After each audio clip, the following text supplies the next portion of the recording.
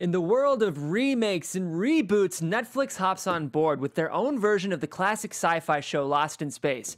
Does it hold up in 2018? We'll tell you right after this. You're tuning into the destination for TV superfan discussion, AfterBuzz TV. And now, let the buzz begin. Ladies and gentlemen, I know that theme. It's the Lost in Space theme because, as I mentioned, guys, we are covering Netflix's brand new revival of Lost in Space. I like this song. I feel like I want to go on a Spielbergian adventure. It's John Williams. It's John. That's why. Well, it's like a ride. It does feel like a ride. Right, yes. Ladies and gentlemen, this is the Lost in Space. No, it's not the Lost in Space after show. That's what I was just about to say. In fact, it's not even an after show at all, guys. This is TV pilot reviews. And I say that because sometimes you guys tune in thinking this is an after show, but it's not. This is a show where we only review pilots. So today we will be covering just the pilot of Lost in Space, letting you know all of our thoughts, but we're considering covering a Lost in Space after show as well. So if you guys agree with our coverage and like what you see, let us know if you think we should run an after show as well. I'm going to start by introducing my brilliant guest because we have Rick Hong on the panel. Hey guys, Rick Hong here. We're glad to have you, Rick. Guys, Rick is a very good friend of mine, someone I very much respect, great host, great red carpet host as well. Thanks, dude. I know.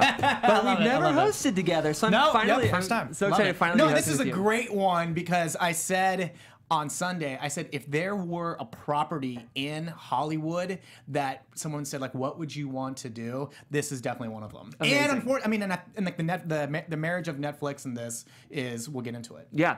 So that's part of the reason we brought Rick in, guys. First of all, because he's a great host and a great person. But second of all, whenever we do remakes or reboots or comic book properties, we like to bring in specialists because I'm dumb, so it's great to have someone who's Dude, there's so much content out there. There's so much out there. You can't keep up on everything. So luckily, Rick has watched the original run and is a fan and can offer us some wisdom. But Rick's not the only brilliant person here. We also have Sam Davidson. Woo. Hello, guys. Sam glad- Davidson, right here. Big fan of Rick also. We did Yes. Orphan Black together. Yes. Another great show. That might have not been me though. That might have been like my clone. Ooh. Or maybe like you had just had different versions of me each episode. I don't know. Orphan Black fans will get that joke. If you don't, you should watch Orphan Black. And Linda Antwi. Hi guys, Linda Antwi. I do not know Rick. I'm just meeting him today. And we're gonna have fun. It's going to be great. Okay, so Rick, we always start our show with our overall reactions and our pass or play. I think I want to save you just because I think you'll have a more informed opinion. So Sure. Linda, we'll start with you. No, don't start with me. No. Sam, we'll start with you. Oh my God, no! Just kidding. I'll do it. I am a play. By the end, I was just so excited, and this is one of the only ones that I had to stop myself. There's been maybe 4 or 5 this season. There, our entire run here. Watched a lot of pilots, and it automatically skipped on to the next, and my remote wasn't working, and I ran up to the TV, and I just was Good like, for you. no, but I wanted to. I loved it. I really liked it too. I will say I'm a sucker for like earnest kind of family adventure stuff. I could not help but think of Spielberg with this kind of tone. Yeah. I think, first of all, the performances I thought were exceptionally good. I think they cast this very well.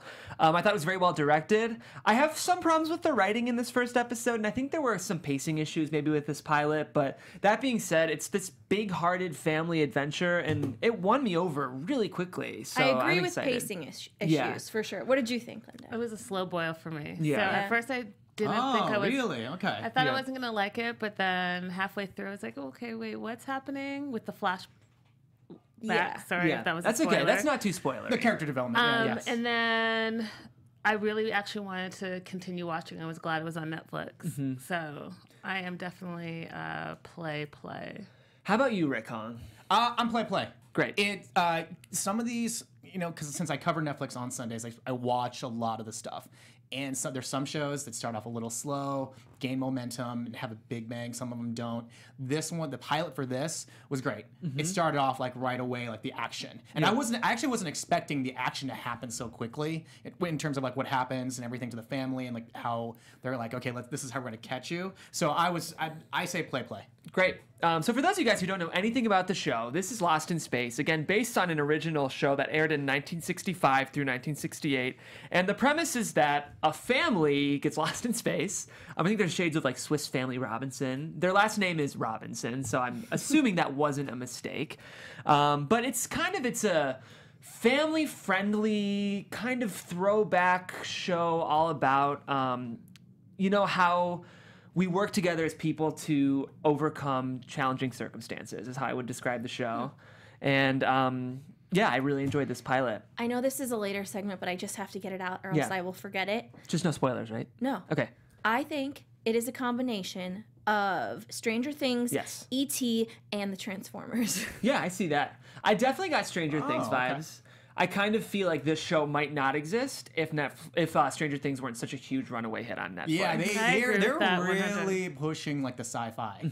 That's or like they're trying to make it their niche. Or like they're definitely saying like this is where we're gonna put some money. Right. So Yeah, and especially like kind of the kid-driven sci-fi. Yes. You know, I loved that little boy. he's great. He was Will? amazing. Yeah, if he was not, I mean, he won it for me. I just wanted to keep watching for him. I was obsessed with him. not Molly Parker. Molly Parker's amazing. I mean, Yeah. it was the little boy that won me over. He's great too. He's great. But Yeah, I mean, love we'll Molly get into Parker. it, but I thought all these performances were, to me, the highlight of the show.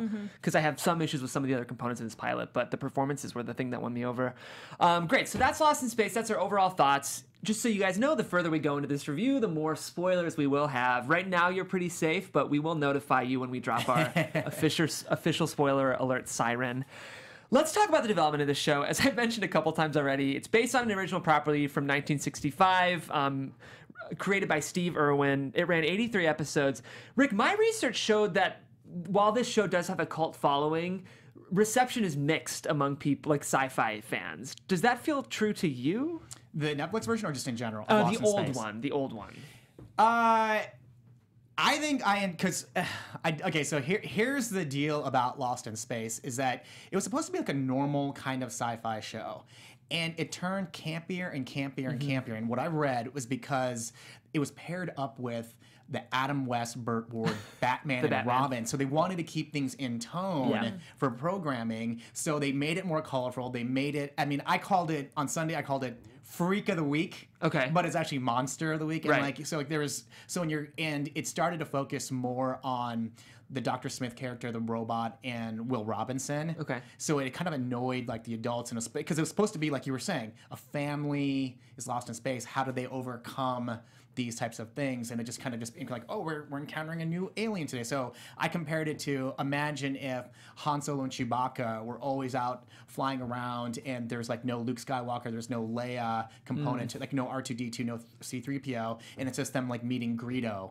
meeting Walrus Man, meeting that type of thing. So like I think that's why for some people, that's why it's. I was a kid when it was on in rerun, so like I enjoyed it for that factor. Yeah, Rick's not that old, I mean, Yeah, I know. he looks good, but he wasn't around watching it, on his couch. Yeah, it was definitely on Said in you watched the reruns. original. I was like, really? You're like, this guy. Yeah. There's a lot of shows that like in reruns. Yeah. Absolutely. Okay, so you feel like the show sort of maybe was tonally closer to at the beginning to what we saw in this reboot, but sort of maybe jumped the shark a little bit as it went on, kind of thing. Yes, exactly. Okay. Yes, exactly.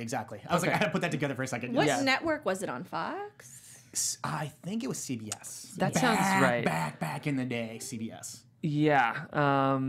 That makes sense if it was airing with that Adam West Batman. Yeah. That's where they got campier. Yeah, that makes sense.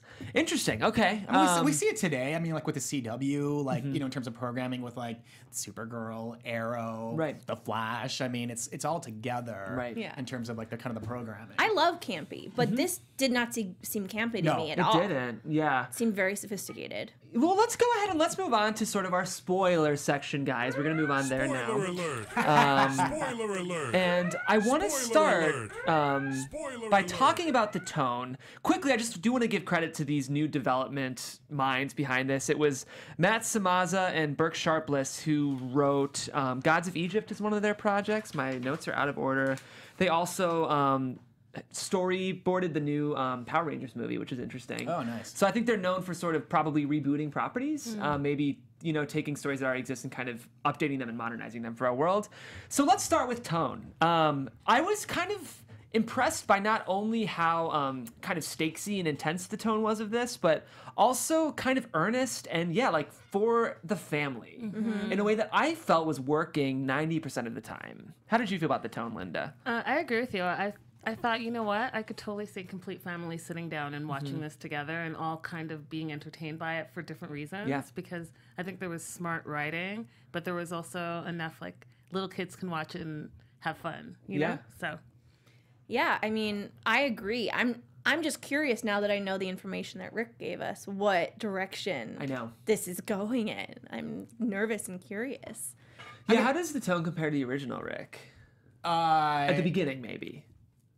The tone of different. Yeah. It's really, really, because I think it can't be. So it's different. And maybe that's what I kind of wasn't expecting necessarily, but I knew it's 2018, so writing's become a lot more sophisticated. Right. But they did definitely do a good job with this in terms of establishing the characters and their strengths and their weaknesses right away, or saying like, here's Jeff Graham. This is what he's good at. This is what he has to work on throughout the season. Emails. Emails, yes, exactly. I think one thing to note for listeners who haven't maybe seen it is it's very cinematic. I mean, I did feel like I was watching a movie. Yeah, that's where the Spielberg-ness of it kind of comes in. It definitely felt like a movie, which I like, but it's also 10 episodes, right? So it's going to change very drastically, I'm assuming, the day-to-day, because one movie I hated so much that everyone loved it, won a bunch of Oscars, was Gravity. Oh, yeah. Gravity's great. I love that movie. I love that movie, too. No thanks. I mean, these two She said people, no thanks. like, one of them not even there through most of the thing, just floating away in space, not fun. But this, at least there's other people and beings around. Right. I was very worried about this. I was like, no more Gravity. Do you feel like this version is honoring original fans, Rick? No. So how do you feel about that? Why and how do you feel about that? Or why not, really? I think it just depends on how. I think it's just mainly because of the time period that we're in now, like being 2018, and there's like those guilty pleasure movies that even if you go back and you watch, say, Batman. Not the 1960s version of Batman, but the 1990 The one with Danny DeVito? Yeah, like, or even the one with Jack Nicholson. Like, you watch that Batman and then you watch the Christopher Nolan series. Completely different. Right. And that's kind of the same thing. Oh, that's It's just kind of like the era of in terms of like how writing has gotten more sophisticated. Right. They've take it like being more sincere with the characters and catching people and saying, and then just in terms of even just other shows too, of saying that they kind of they've done that part before here, or they've done that, or like even just trying to separate themselves, saying this is what we can do better. Yeah, it's hard not to. We mentioned it already a little bit, but specifically in terms of tone, for me, it's hard not to see influences from A Stranger Things. I think like the fact that both shows put the kids in very real danger. I feel like sometimes shows are afraid to really position children in high stakes peril. But I think the thing that at least made Stranger Things such a compelling watch was that, like, through all the first season, this is another spoiler. If you're one of the 5 people in the world that hasn't watched it, maybe like the one. Will is like his life and death situation the whole first season, and there's First episode, you mean? First episode. Well, and the first season, he's stuck in the Upside Down mostly. Oh, well, we're talking Stranger Sorry. Things. Sorry, Will. Not Will Robinson. Will Yeah. in Stranger Things. Well, Gotcha. interesting parallel. I was gonna say another example of I think how they're trying to kind of capitalize on Stranger Things, but I think it's smart in shows like this to really show children in peril and parents with real concern. I feel like to me that was a way to really ground and like stakes up the tone of this pilot. Do you guys agree? Yeah, absolutely. And again, just seeing Will, it's almost like you're watching a superhero in the making is also how I feel. Yeah. And I love that because you just see how much he's going to grow. He's already so strong. I have the chills. I'm so lame. But he's just a little kid and he's so cute. But he could do anything. And you forget that children are so resilient and so brilliant at the same time. So to have such high stakes and to see them make it through it is like kind of empowering. Yeah, it felt really good. Yeah. Well, let's talk about the performances now. It's hard not to shout out Will. He's played by Maxwell Jenkins. Honestly, there was not a false note in any of these performances for me. Yeah. I was very impressed by, sorry guys, is Judy the daughter who gets stuck in the ice at the beginning of the episode? Yes. It's Judy and Penny, and then Penny's the second. Yeah. Penny's the second one. I thought Judy was really great. Yeah, no, she was really, I mean, I felt like I was in there with her, taking her last breath. Honestly, it was stressful. Very stressful. Yeah, I'm a claustrophobic person, so yeah, it's Me kind of like, too. yeah, I mean, I can only imagine, like, you know that you're inches away from being at the top, but then you're just, I don't even like being in closed elevators and knowing that. I won't get in. Yeah, so. I won't get in. What'd you guys think of the father's performance? Good. Honestly, I think the kids are kind of, to me right now, stealing the show. Yeah. What'd you guys think of the father's performance? I liked it. I mean, I think that he just kind of plays an asshole. Sorry. I mean, I can say that. Character a little bit, and we're not supposed to like him, but I think he'll win his way back. I mean, he reminded me of a lot of other actors. Yeah. He wasn't a standout star, but I thought he was good. Yeah. I mean, it's tough, too, is when you have him opposite Molly Parker, who's very well known, like, I think, with Deadwood, and then definitely House of Cards, and she always plays a very strong woman, so it's kind of, you know, it was almost like she's almost more distracting, because like I know her so well, versus, and I don't know, I'm not as familiar with him, versus if they would have cast maybe someone a little bit, obviously, like, I'm sure because of House of Cards and the Netflix relationship, they're like, we want you in this role because you've worked with us before. But. Yeah, I felt it a little one-dimensional. From her? No, from the him. father. I agree. Correct. I agree with you. Considering like all the other actors, you got to see a more well-rounded picture of who the character was, at least for me. And I think that might owe a little bit to writing, which I do want to get into because personally for me, that's actually the thing that is weakest right now about the show. But before we talk about that, I do want to talk about something awesome, which is our AfterBuzz TV founder, Maria Menounos, and her podcast. So I have a question for you guys. Do you want to have fun, learn, and grow in all areas of your life? If you do, have we got the podcast for you. Conversations with Maria Menounos Podcast Edition is hosted by our AfterBuzz TV founder and drops every Friday on iTunes. Conversations with Maria Menounos features celebrity and influencer interviews along with secrets and tips on how to be better in all aspects of your life. From health and wellness to career, relationships, finances, and more, let our Maria be the big sister you never had. Just go to iTunes and subscribe to Conversations with Maria Menounos for free, and be sure to rate and comment, and when you do, let Maria know it was your TV pilot reviews panel that sent you there. She's a big TV fan, so I know you guys listening are. She talks about TV all the time in the podcast and has some pretty hot takes, so you want to check it out. Again, that's Conversation with Maria Menounos Podcast Edition. She's the best. She really is the best. We're Great. very blessed. Fearless leader. And a lot of our, co-hosts here at AfterBuzz are on the show, so you guys should check it out. Absolutely. Well, let's go ahead and talk about this writing because this is going to be very spoilery. I want to talk details. I had one major logic problem with this pilot. I don't know if any of you guys did. Oh, I can't wait for you to talk, ahead. because then I'll talk old school, so go Yeah, ahead. you can talk old school. So they're on a planet where they land and it's habitable. So they're able to take off their space helmets, but it's cold enough to rapidly freeze a lake of ice. But then it rains, and the rain isn't frozen, but then the rain freezes? And the rain only lasts for like 30 seconds, just long enough to refreeze the small hole that they created. I thought that was ridiculous. Yeah. We don't know what it's like in space. Yeah. Or on a different planet. That's the Yeah. whole thing, right? I mean, we're, clearly, like, on some end, they probably did their research of planets, like if it's Saturn or Jupiter, to kind of know, like, how the temperatures can just be really, really, really crazy. Maybe, not to say that your logic is wrong either, Yeah.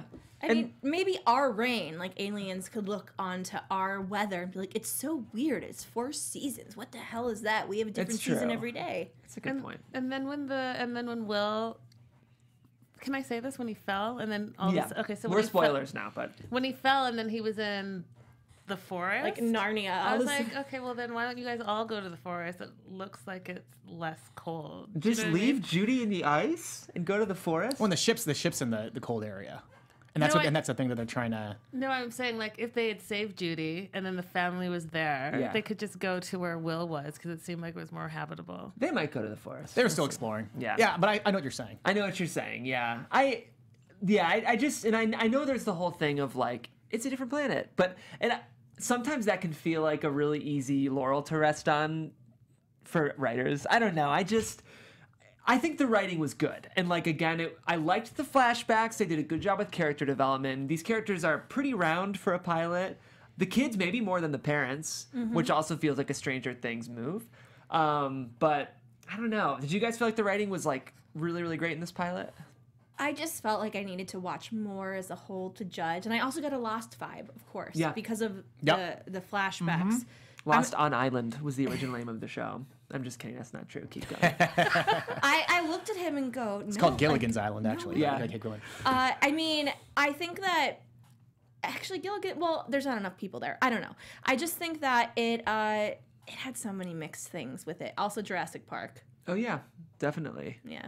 But you felt like the writing was pretty solid. I did, but I didn't feel as though I could judge it as a whole. There was so much setup, and you know Pilots me. are tough. I don't have a lot of patience. Right. Well, and that's my other thing was kind of attached to the writing. I felt there were some pacing issues in this pilot. I didn't think it needed to be an hour at all. Hour and 3 minutes. Yeah, I feel like this could have been a 44-minute pilot. Yeah. Do you guys agree, or do you think we needed everything we saw? I mean, that's where Netflix is interesting, right? Was where they decide to kind of their time in terms of, right, is it at 40 minutes, 45? Is it at an hour? Right. My best guess is that it probably also comes with when they're getting the scripts in and they're trying to tell like that full story and saying, okay, we're going to dedicate this much money. Granted, they're not necessarily in the tradition of like, will we pick up the show based on a pilot? Right. But knowing that we've got to catch a lot of these viewers and tell a certain story. And normally, right, like in the rules of a network, you've got to stay within like 60 minutes. But maybe with this, that's why like it pushed a little over. Not saying that if you felt like it felt a little long, then maybe, but Just a little bloated. I felt like there was some stuff we didn't necessarily need, or just like, I think we could have trimmed some fat here and there. At the beginning, Yeah. I think its problem was that it introduced the flashbacks a little too late in the game. Maybe. Because we had this big chunk of what's happening there in space, and we don't know, everyone's in duress. And then we start getting the flashbacks. I think if we could have gotten them earlier on and spliced them through, it would have been okay. I mean, this is also, which I thought was interesting, was that this is 10 episodes versus 13. Right. Whereas normally, like, Netflix usually has about 13. Yeah. So that's maybe like another reason why they're like, okay, like when they're breaking the stories, they're like, well, we've got it over 10 episodes. Here's kind of like where we think we can kind of break the minutes, That's a good and stuff. point. And Yeah. so The one thing I will say, what's interesting about Netflix is I feel like typically they will order a certain number of episodes and the show will develop their narrative around that. What I really like that Stranger Things did this season is that they broke their story first and then Netflix just gave them the number of episodes they needed to tell that story. So if you notice, season 1's 8 episodes, season 2's 9 episodes. I mean, 9 feels like a weird number for a season, but... it is, it's a little strange, but... But the thing is, the Duffer Brothers knew the story they wanted to tell, and that's why the season is paced so well, is because rather than trying to fit a narrative into the constraints of an order, they built a narrative and ordered That's a good around point. that. So I feel like the practice of this season's 13 and this season's 10, I feel like with streaming breaking all the rules that it already is, it should break the rules of episode orders, because it really can slog a season of a show, I think. Yeah, as a watcher, but think about people that are working on the show. Right. I mean, it's you want to get it done, or if you're the one writing it, performing in it, you want to drag it out to get paid as long as possible. So right. Like, yeah, exactly. Like, I have friends that are writers, and normally, like, if they're in a certain like network or cable, it's just like, okay, like, how many episodes are you guaranteed this season? Like, they want their writing credit, and then they want to get paid for like 2 episodes. So if you start messing with the episode order, that also could probably affect the terms of trying to get a certain writer and being like, well, they're only going to pay me to write 1 episode of a 7-episode series versus me writing on something else and getting paid to write 3 episodes and seeing my name credits for like a 14-episode thing. Then possibly, I don't know. I mean, we clearly don't know the behind the scenes. I do just want to say one more thing about Netflix, though, that a lot of the shows, not all of them, but a lot of the shows, Netflix, to me, it was movies you got in the mail originally. Yep. Right. Movies. Yes. So a lot of their shows seem like really long movies. Well, and I will say, sometimes when I hear like it's like a 13-hour movie, I'm like, oh no. Yeah. That's Altered Carbon. Yeah, that's what I've heard. It's interesting because you're right, Rick, that like episode order can affect payment of crew and writers, but I kind of thought the most recent guild strike was to push back against that. I don't know all the specific details, but I don't know. I feel like we're evolved enough, and the rules of TV have been broken enough that I don't know. I just agree with your point. Sorry to cut you off. I agree with you. I think that if you have a story to tell and you know how you want to tell that story, tell it in the most brilliant way instead of having to stretch out. just because you're filling in space. Yeah. Do you know what I mean? So I I get mean, your point. yeah, but I like, also I mean, get your point as well. Yeah, well, I mean, like, and we'll find that out, right? When Netflix is paying Ryan Murphy $300 million, Yeah. he's probably a good, and he's actually gonna be able to tell the stories that he wants to tell now without any like network restraints. Even though he's done a lot on FX and pushed the boundaries there, this one's gonna be interesting to see how he decides to tell his stories and everything. I'm really interested just in Netflix in general because yes, with him and also with Shonda Rhimes going over there as well, you have like some pretty big power hitters from cable coming over to streaming. And these are people that just live for making people wait every week. Yeah, I know. So Yeah, it'll be. I'm Interesting. very excited to see how their brand of TV storytelling translates to streaming because the strategies and are different. So Yeah. you'll have to stay tuned because we'll definitely be covering those shows when they come out on Netflix, whenever that might be. Can I say one more thing? Please, that yeah. one line, "Danger, Will Robinson." Yes, let's get back to the show. I'm still laughing at it. I It's love hilarious. that robot character is a callback, right, Rick? Yeah, well, so there's two things about the robot character. In the original pilot, which I didn't realize until I started reading up on this, and every few years I would revisit, and this is the most recent where I actually like looked, and I was actually kind of shocked. So the original pilot did not have the robot or Dr. Smith. It was strictly just the family. And then they reshot the pilot, and they added the robot and Dr. Smith in it. Great. I did not So the robot, so in the series, yeah. And the funny thing about the original pilot is they didn't actually re-air it until 1997. what? Like 30 years late, like 30 some years later is like when they actually, and I'm sure when it like dropped on like some platform or whatever, or like some box set Yeah. is when they decided to include it. it. But up until then, the pilot that everybody kind of always knew was the one with the robot and Dr. Like in reruns, I'm sure it was definitely Dr. because that's the one that I remember. Wow. Which is also black and white. Interesting. So fascinating. Yeah, it's really interesting. Well, I think it sounds like we all like this show a lot. I'm excited to keep watching it. I do hope they pace up the episodes just a little bit. Yeah. But I'm going to keep watching. I know, Rick, you've done a good job of not exposing your truth, but you've watched more than the pilot. And it sounds I like watched the whole series. and you liked it. You've seen the whole series already? I watched the whole series. Yeah. I knew it.